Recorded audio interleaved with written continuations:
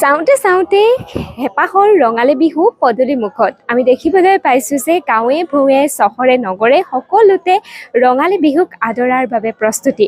মই বৰ্তমান উপস্থিত আছোঁ টিয়কৰ পাঞ্চজন্য কুটিৰ উদ্যোগত। আমি জানো যে পাঞ্চজন্য কুটিৰ উদ্যোগে সমগ্ৰ অসমতেই নহয় বিশ্বতে এক সমাদৰ লাভ কৰিবলৈ সক্ষম হৈছে আৰু এই পাঞ্চজন্য কুটিৰ উদ্যোগো এইবাৰ ৰঙালী বিহুৰ আগমনৰ বাবে সাজু হৈছে। বিভিন্ন কপৌফুলেই হওক বা জাপিয়েই হওক সকলো নিৰ্মাণ কৰাত ব্যস্ত হৈ পৰিছে পাঞ্চজন্য কুটিৰ উদ্যোগ। আৰু মই মোৰ সতীৰ্থক দেখুৱাবলৈ অনুৰোধ কৰিছোঁ যে এই পাঞ্চজন্য কুটিৰ উদ্যোগত যিহেতু আমি পূৰ্বতেও আমি বহু প্ৰতিবেদন কৰিছোঁ আৰু যিহেতু যিগৰাকী স্বত্বাধিকাৰ অবিনাশ দা ইতিমধ্যে কপৌফুল প্ৰস্তুত কৰাত ব্যস্ত হৈ আছে। অবিনাশ দা, এবাৰ বিহু যিহেতু পালেহি, কেনেকুৱা প্ৰস্তুতি? আমাৰ প্ৰস্তুতি খুব ভালেই হৈছে। এবাৰ আচলতে কি হৈছিলে, মই এবাৰ যোৱা বছৰতকৈ আমাৰ এবাৰ চেলটো বাঢ়িছে।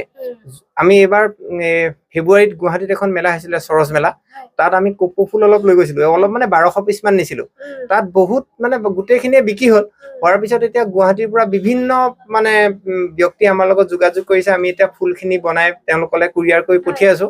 যোৰহাটতো আমাৰ প্ৰায় 6খনমান পাৰ্মানেণ্ট দোকান আছে, তেওঁলোকে আমাৰ পৰা মানে প্ৰতি বছৰে বস্তু লয়। এতিয়াও তেওঁলোকে লৈ আছে। এতিয়া আমাৰ মোটামুটি ভাল চেল হৈছে, ভাল মানে বিক্ৰী হৈছে। আৰু এতিয়া আপোনালোকৰ ইয়াত কি উপলব্ধ? আমাৰ এতিয়া বৰ্তমান বিহুৰ সকলো বস্তুৱে আছে আমাৰ ইয়াত।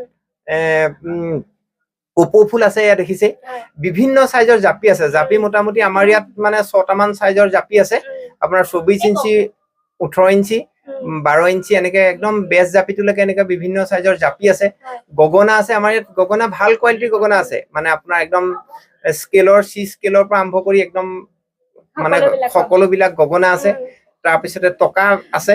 তাৰপিছত এনেকে বিহুৰ সকলো সামগ্ৰী আছে। লগতে আমাৰ যিবিলাক মেমেণ্ট, যেনেকে আমাৰ গড়, পেপা, জাপি, ঢোল দিয়া এনেকুৱা মেমেণ্ট আছে।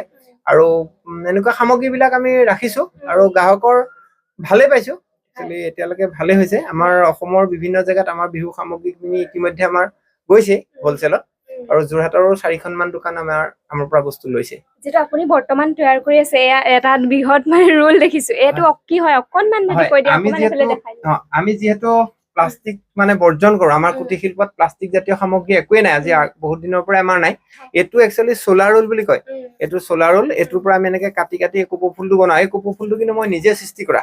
এইটো মানে মই নিজে সৃষ্টি কৰা। এইটো মোটামুটি মই শিকোৱা ষ্টুডেণ্ট বা ষ্টুডেণ্টে কাৰোবাক শিকোৱা, তেওঁলোকৰ পৰাই অসমত মানে চলিছে। প্ৰথম কিন্তু সৃষ্টি কৰা মানুহজন ময়ে। এতিয়া ভাল হৈছে আমাৰ বস্তুবিলাক, ভালে হৈছে। আমি প্ৰায় আজি 3 মাহ মানৰ পৰা বুলি ক'লেও ভুল নহয়, একদম বিহু বস্তু বনোৱাতে লাগি আছো। মানে আমাৰ মোৰ মিছেছ আছে, কবিতা হাজৰিকা, মায়েও লাগি থাকে আৰু লাগি আছে। আৰু সহযোগী দুজন আছে, অঞ্জন তামুলী, ৰমেন হাজৰিকা, এওঁলোকো লাগি আছে। আমি প্ৰায় 6-7জন মান মানুহ আজিৰ পৰা 3 মাহ মানৰ পৰা এইবিলাক কামতে লাগি আছো। নিশ্চয়কৈ হয়। আমি এই পাঞ্চজন্য ইতিমধ্যে আমি দেখুৱাইছো যে কেনেধৰণে তেওঁলোকে কপৌফুল তৈয়াৰ কৰাটো ব্যস্ত হৈ আছে একদম হাতেৰে। এপাহ আচলতে চুলে আপুনি ধৰিবই নোৱাৰে যে এপাহ গছৰ লাগি আছে নে এনেকুৱা হাতৰ দ্বাৰা প্ৰস্তুত কৰা হস্ত নিৰ্মিত হয়। আমি ইয়াত দেখিছো যে এগৰাকী আছে, ক্ৰেতা আছে, তেওঁৰ পৰা অকণমান আমি জানিবলৈ চেষ্টা। আপুনি যিহেতু আহিছে পাঞ্চজন্য কুটিৰ উদ্যোগলৈ, কেনেকুৱা পাইছে আহি ইয়াত আৰু বহুখিনি বস্তু ইয়াত দেখিছে? আচলতে পাঞ্চজন্য কুটিৰ উদ্যোগ টিয়কৰ এটা চিনাকি নাম।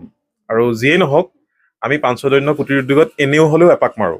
আৰু আপোনালোকে দেখিছেই, আমি বিভিন্ন সংবাদ মাধ্যমত ইতিমধ্যে প্ৰকাশো হৈছে যে আমাৰ শ্ৰদ্ধাৰ অবিনাশ দাই যিখিনি বস্তু নিৰ্মাণ কৰে, সেই বস্তুখিনি কিবা আমাৰ মানে আৰ্টিফিচিয়েল কিবা সামগ্ৰী নহয়, কৃত্ৰিম বস্তু নহয়। এইখিনি হ'ল আমাৰ ইয়াতে পেলনীয়া কিছুমান সামগ্ৰী বা আমাৰ থলুৱাভাৱে থিতাতে পোৱা কিছুমান সামগ্ৰীৰে অবিনাশ দাই এটা মানে অসাধ্য সাধন কৰি আছে বুলি ক'ব লাগিব।